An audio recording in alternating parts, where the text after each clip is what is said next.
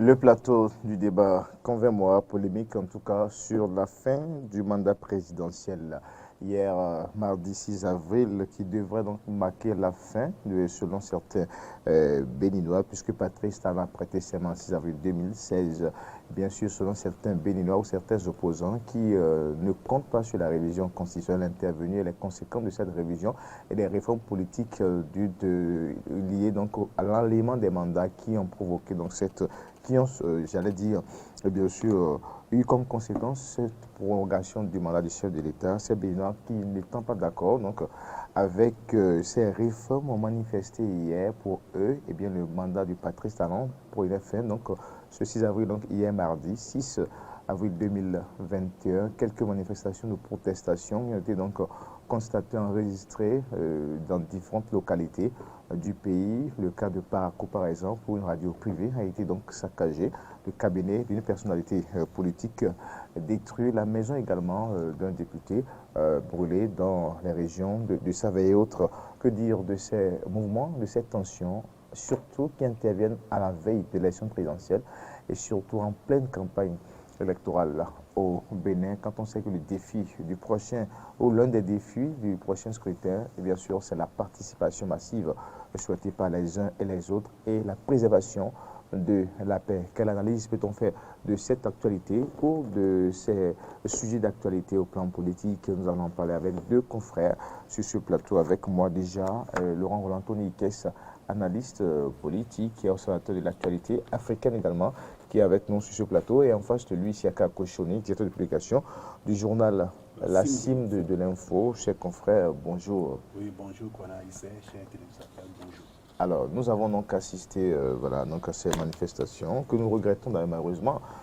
Hier, 6 avril, eh bien, quelques moments de protestation. Siaka Kochoni, quelles sont donc vos réactions, vos premières réactions donc, à propos donc, de ce à quoi, de cette scène de violence, de vandalisme, bien sûr, hier? Bon, mes premières réactions, c'est pas une citation qui dit « Lorsqu'on tombe, il ne faut pas regarder là où on a tombé, mais là où on a été le pied contre les cailloux. Ce qui s'est passé hier, ce sont les résultats de ce qui se faisait. Parce qu'on ne devait pas arriver à l'étape où on était arrivé hier.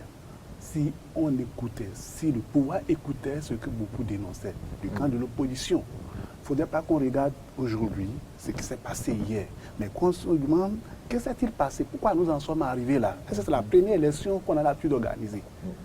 C'était ça ma première réaction, qu'il faut chercher les causes du passé et non du présent, où nous en sommes arrivés là.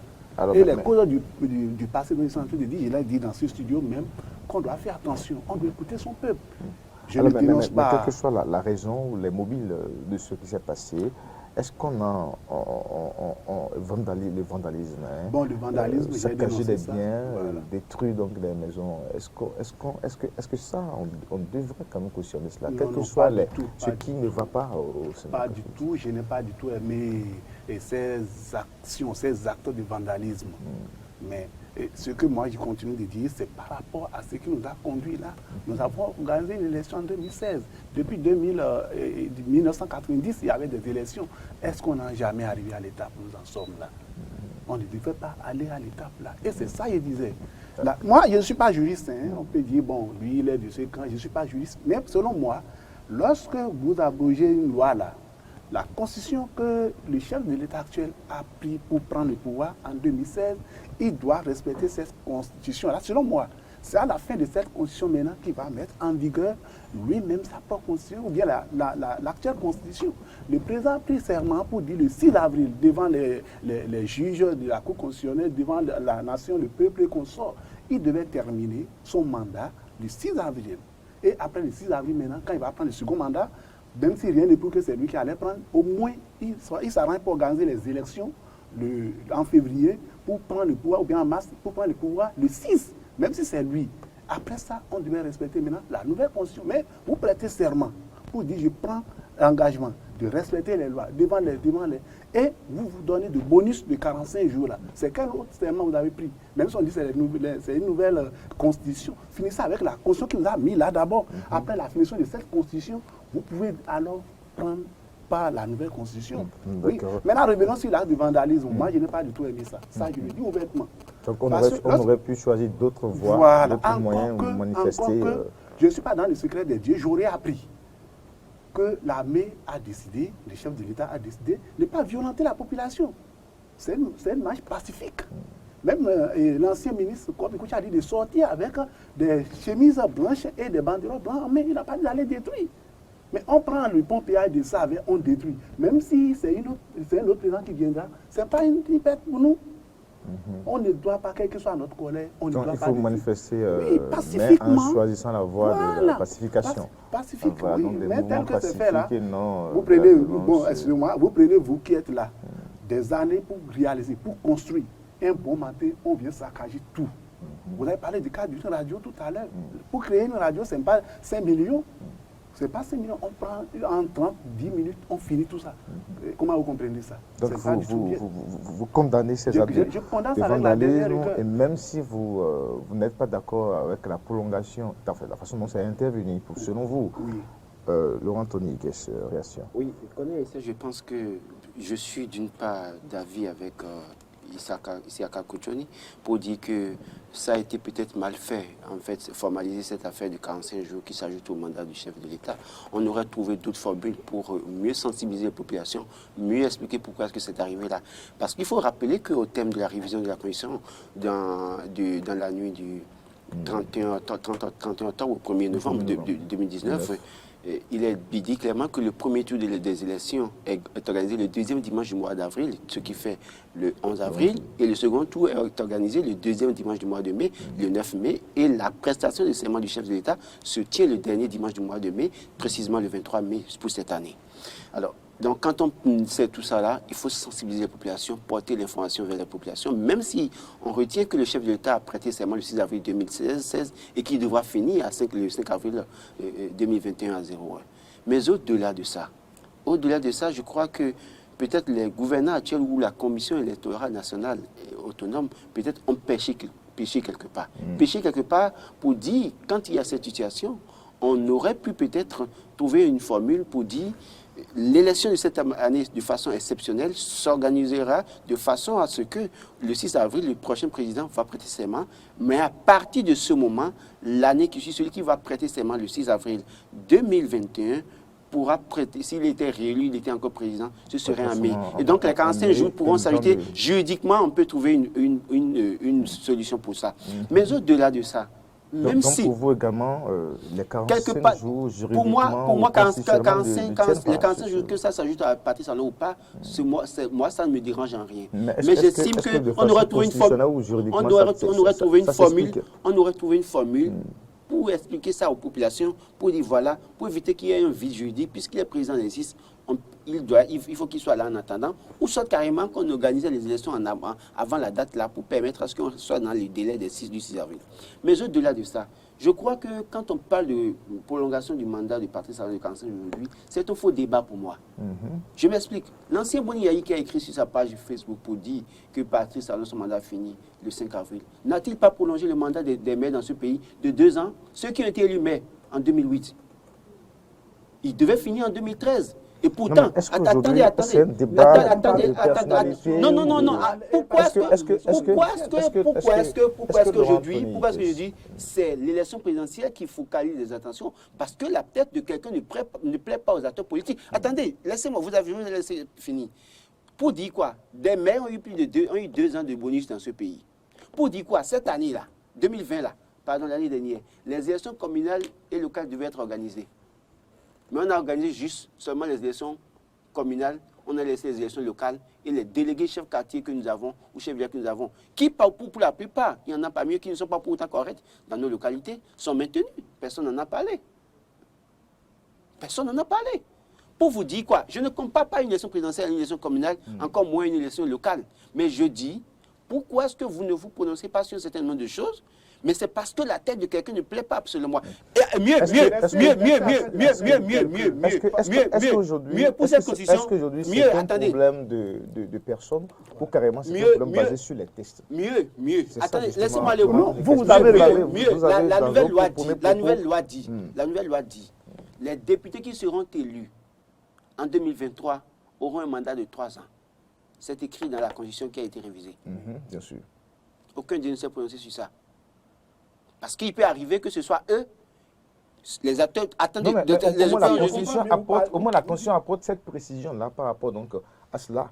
Parce qu'il fallait aligner. Mais ici, la question de 45 jours. Oui, je n'ai pas. J'ai condamné la tête. J'ai condamné. J'ai condamné. Je suis d'accord. Je suis d'accord. Non, je vous dis, je condamne. Et je ne suis pas d'accord. J'estime, je l'ai dit clairement pour dire que la Sénat et le pouvoir en place auraient pu trouver une formule d'organiser les élections avant le 6 avril. Et de dire maintenant que celui qui va prêter serment le 6 avril, qu'il a jusqu'au 23 mai ou bien 22 mai ou 24 mai 2026 avant de laisser pouvoir. Ils auraient pu l'organiser comme ça. Et je l'ai dit, j'ai dit clairement que ça a été un péché de leur part. Mais cela ne devrait pas justifier quelque action que ce soit. Parce qu'en réalité, en amont, il y a d'autres actions sur lesquelles les acteurs politiques qui sont opposants aujourd'hui, qui parlent, ont été... Non, mais justement, à un moment donné, ils ont été accordés. Ils ont été accordés. Ne personnalisez pas le débat. Ne personnalisez pas le débat. Non, ce n'est pas une guerre de personne. Ce n'est pas la tête qui ne plaît ou telle qu'il est en train de dire là. Non, les 45 jours là, vous mettez ça dans quelle loi? Vous prêtez serment pour dire le 6, je vais laisser le pouvoir. Et vous dites qu'il y a la nouvelle constitution, je me donne encore 45 jours. Ça sert à quoi? Laissez ça faire de la tête de quelqu'un qui ne plaît pas. Il faut qu'on voit la réalité des choses. Ces 45 jours-là vont servir à faire quoi? Pourquoi on ne pouvait pas faire tel que tu as dit là? Est-ce qu'on n'aurait pas pu consulter le peuple sur ces 45 jours, par exemple? Oui, on aurait pu consulter le peuple. Voilà que depuis 2016, vous savez, le Parti Talon a voulu faire un mandat dans ce pays. C'est allé à l'Assemblée nationale. Les acteurs politiques ont refusé. Le peuple, à un moment donné, vous avez vu comment le débat a été suscité. Les acteurs politiques, attendez, tout le monde était devenu... Parce que c'est là où on n'arrive pas à comprendre. Tout le monde est devenu acteur politique. Tout le monde est devenu acteur politique. Mandat unique, Laurent Koné-Nikes. Et ensuite, il y a eu un projet de révision de constitution qui n'a pas abouti à l'Assemblée. Alors, pourquoi aujourd'hui on dit, on a proposé un mandat unique? Est-ce que ces réformes, en fait, l'engagement pris par Patrice Talon là, est-ce que c'était lié à la révision forcément constitutionnelle? Même si, entre-temps, la révision n'est pas intervenue dans un premier temps, est-ce que cela dédonne Patrice Talon qui aujourd'hui... c'est là qu'on n'arrive plus à comprendre le débat, en fait. On n'a pas de parti pris, mais on fait comprendre au moins. Vous pouvez avoir toute la bonne foi du monde, la bonne volonté du monde. Mais il y a des circonstances dans la vie qui peuvent vous amener à changer votre personnalité ou à changer vos convictions. Est-ce que vous savez ça au moins? C'est-à-dire que pour moi, les acteurs politiques qui décrivent aujourd'hui de l'autre côté Patrice Talon, certains parmi eux ont contribué à son avènement. Et certains parmi eux ont cautionné certaines notions à l'Assemblée nationale. D'accord? Il y a un certain nombre de lois sur lesquelles on se prononce maintenant, on veut critiquer, mais il y a certains de ces acteurs politiques qui ont cautionné ça avant de se mettre à l'écart pour commencer à critiquer, parce qu'en réalité, ça ne les arrange plus. Pour vous dire quoi? Au-delà de tout, je crois que le peuple doit se mettre au-dessus de la mêlée et trancher. Et c'est pour ça que je dis qu'au-delà des 45 jours dont on parle, que moi-même je ne suis pas d'accord, parce qu'on aurait trouvé des mécanismes juridiques pour expliquer, ou bien pour trouver des mécanismes pour ne pas en arriver à ce point. Mais une fois que c'est là, est-ce que ça justifie les violences qu'on voit? Est-ce que ça justifie les actes qu'on voit? Alors qu'en réalité, par le passé, on a vu que des mandats ont été prolongés, même si comparaison n'a pas raison. Et vous dites que... Quand vous dites que de ne pas comparer une élection présidentielle à une élection communale, au-delà de tout, c'est les acteurs politiques qu'on élit. Oui ou non? Et ces acteurs politiques qu'on a élus en 2008, pour lesquels on a laissé le mandat de 2013 couler en 2015 là, qui a parlé? Mais pourtant, un chef d'État était là, il n'a pas parlé.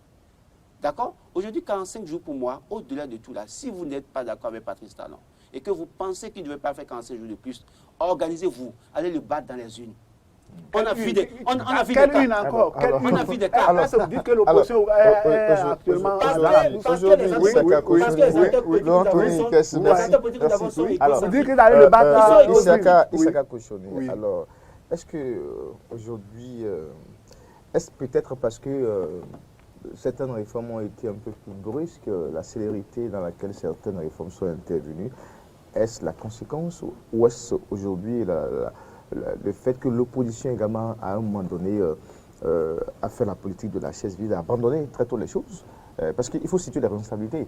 On ne va pas dire qu'on a un parlement monocolore, c'est peut-être ça qui a conduit à tout ceci. L'opposition également était où en ce moment? L'opposition a lâché prise également. Mais il faut situer les responsabilités. Est-ce que ce n'est pas parce que le débat a manqué, le dialogue a manqué au sein de la classe politique que nous en sommes arrivés et qu'on est... Vous avez déjà fait la proposition que le dialogue a manqué, c'est pas au niveau de l'opposition, c'est au niveau du pouvoir en place. C'est au niveau du pouvoir en place d'ailleurs, parce que c'est lui qui a le dernier mot. Tel que nous sommes en train d'évoluer aujourd'hui, c'est le pouvoir. Si, je le dis ouvertement, si le pouvoir avait décidé hier qu'on massacre les peuples, on pourrait les massacrer banalement. Ça a commencé par le pouvoir, qui devait être l'acteur même de la paix, de l'union entre les peuples béninois.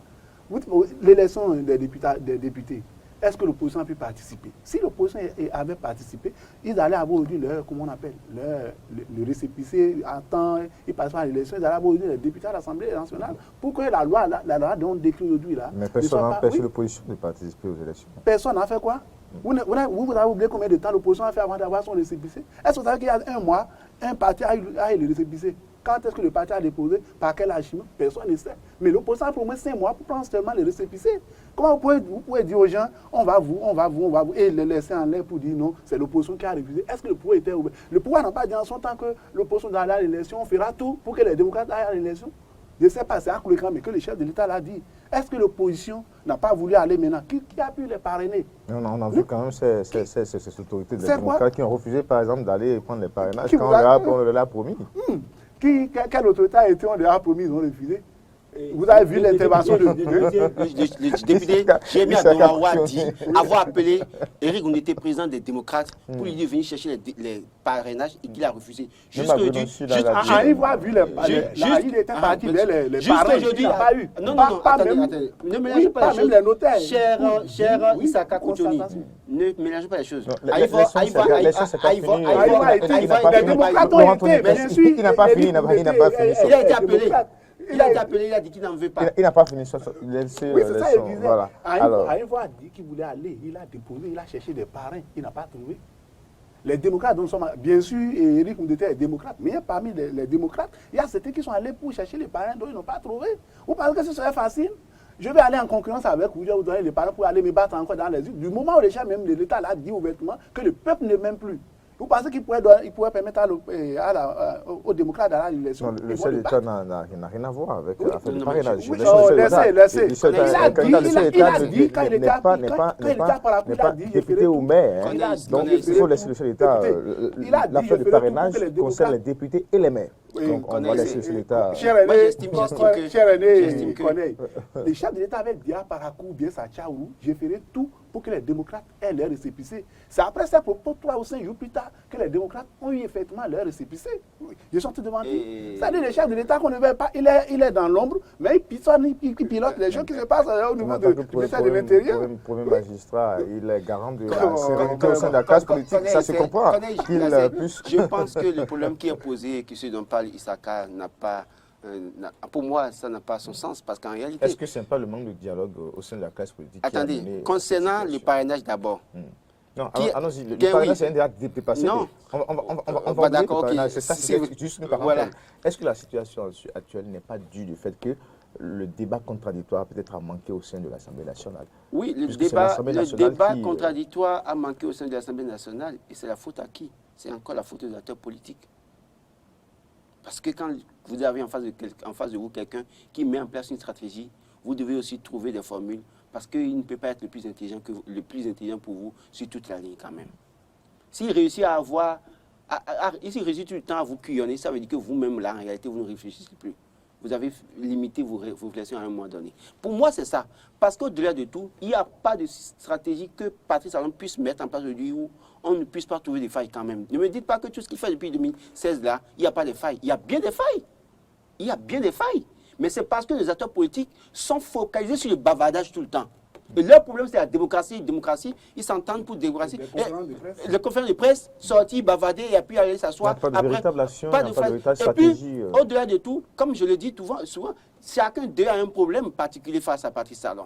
Et donc, chacun, après les conférences de presse, les déclarations... Qu'est-ce que vous appelez problème particulier? Mais attendez, vous, si vous voulez, on va consacrer une émission pour ça, pour montrer qu'il y a des acteurs qui ont des problèmes particuliers avec Patrice Talon. Comme Patrice Talon a des problèmes particuliers avec cette famille. Non, mais justement, c'est ça. C'est l'un dans l'autre, c'est ça. Pour vous dire quoi, quand, après les conférences de presse, il y en a qui font continuer de faire leur démarche dans les coulisses pour dire, si tu me donnes temps, je laisse tomber. Si tu me fais ci, je me tais.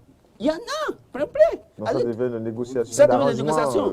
Donc du coup, parfois, ils sont dans une démarche de mi-figue, mi-raisin, parce que, est-ce qu'il faut que je fonce ou bien il faut que je sois modéré? Si je suis un peu modéré, peut-être qu'il va finir par faire ce qu'il veut, et là je laisse. Si je fonce trop maintenant, il va se fâcher, il ne va plus faire. Il y a de ces actes. Regardez bien la posture des acteurs politiques que nous avons. Regardez-les très bien, analysez leurs sorties, analysez leurs prises de parole. Combien parmi eux quand ils sont là à faire des discours au-delà de tout, pour moi, il y a bien des failles par rapport à ce que fait Patrice Talon. Et c'est ce que je dis, l'une des failles fondamentalement pour moi, une fois qu'aujourd'hui Patrice Talon, vous pensez que c'est Patrice Talon qui a fait que les candidatures ont été validées du côté de la Commission internationale et qu'il y a d'autres candidatures, même si c'est suscité, quand même. Patrice Talon même l'a dit à l'Ocosa. Il a dit clairement, même si vous ne m'aimez pas, vous ne voulez pas de moi, on n'est pas tous quand même mauvais. Vous pouvez aller voter pourtant, vous pouvez aller voter pourtant. Donc si ces acteurs politiques de l'opposition aujourd'hui estiment que même les deux autres duos qui sont en griffe de l'opposition ou de l'opposition... de la mouvance, de l'opposition ou bien de la mouvance, voilà. De toute façon, même si les acteurs politiques... Parce qu'on suit leur discours. Si les acteurs politiques là ne sont pas d'accord avec Patrice Talon et qu'ils pensent que ceux-là encore sont mauvais, je suppose que c'est un problème d'ego.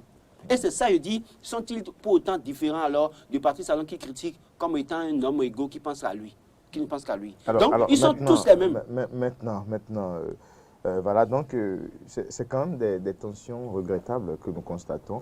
Et à quelques jours du scrutin, du prochain scrutin, pourtant dans le pays, depuis déjà plusieurs mois, des appels à la paix de gauche à droite, de nord au sud, de l'est à l'ouest. Est-ce que finalement ces appels à la paix sont-ils entendus? Et surtout par rapport au scrutin du 11, est-ce qu'on a peut-être à avoir quelques craintes par rapport à cela? Vu ce Même s'il y a des assurances du ministre porte-parole du gouvernement. Vu ce qui s'était passé à Parakou, Savé, Tchaourou, un peu partout, là, je me dis que l'appel n'a pas pu aboutir. Parce que si vous voyez déjà les dégâts, vous avez dit ceux-là ne sont pas prêts pour la paix. C'est l'occasion de le dire. Sont détruits tout aujourd'hui. Qu'on le veuille ou pas. Et l'actuel chef de l'État ne fera pas 50 ans ou bien 100 ans au pouvoir. C'est une autre personne qui viendra. L'argent qu'on va prendre pour construire, par exemple, comment on appelle, pompage d'Iro à Savé, là, l'argent a pu servir à faire autre chose. Je crois que si, effectivement, l'appel... C'est retarder le développement. Voilà, c'est retarder le développement. Parce que celui qui viendra, qu'on le veut ou pas, ce que vous avez gâté, il va réparer ça d'abord.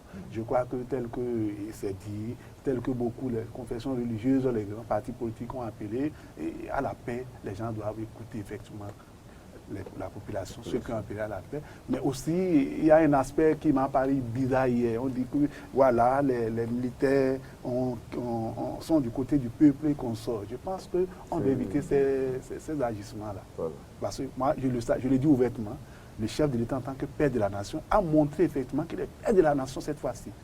Ça, je suis content. Parce que tout ce qui se passait, ce n'est pas que les militaires ne pouvaient pas agir. Vous voyez comment les gens, ils sont partis même à prendre des véhicules, à s'accrocher sur les véhicules des militaires sans rien dire. On dit que les militaires sont du côté du peuple. Non, c'est parce qu'ils ont reçu des instructions de leur hiérarchie pour dire non, encadrez-les. Et non, de dire qu'ils sont du côté du peuple. Moi, je pense qu'on doit tout faire pour éviter ces violences. Ça ne nous apportera rien. Nous sommes tous des Béninois. Celui qu'on a détruit sa maison hier, il est un grand frère à nous tous. Regardez le nombre d'années qu'il a pris pour faire ces réalisations. Et un bon matin, ils ont fini avec lui comme ça. Les gens parlaient, le ministre a dit, on l'a fait passer dans la blouse, sinon on allait les tuer, on veut finir avec l'autre. Vous écoutez le son en fond sonore, ce que les gens disent. Moi, ils comprennent la langue de Savé, ce que les gens disaient. Précisez que vous venez de Savé.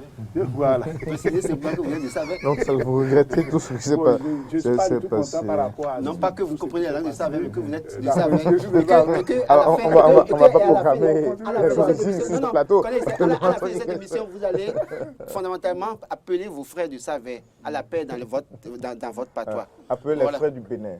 Non, mais si tu le savais. Les frères du Bénin, parce que ce soit de Savé ou de Porto-Novo, de Parakou, de Natitengou, nous sommes tous des fils du pays. Et nous avons tous le devoir donc de contribuer à la promotion de la paix dans notre pays. Je pense que ce qui s'est passé hier est déplorable. Et vous n'êtes pas sans savoir que ces dernières semaines, j'étais beaucoup plus régulier à Savé, où 23 chefs chasseurs Avec le président de la confrérie, ils ont pris l'engagement de ne pas faire de violence à Savaie et autres. J'ai vu des jeunes meneurs.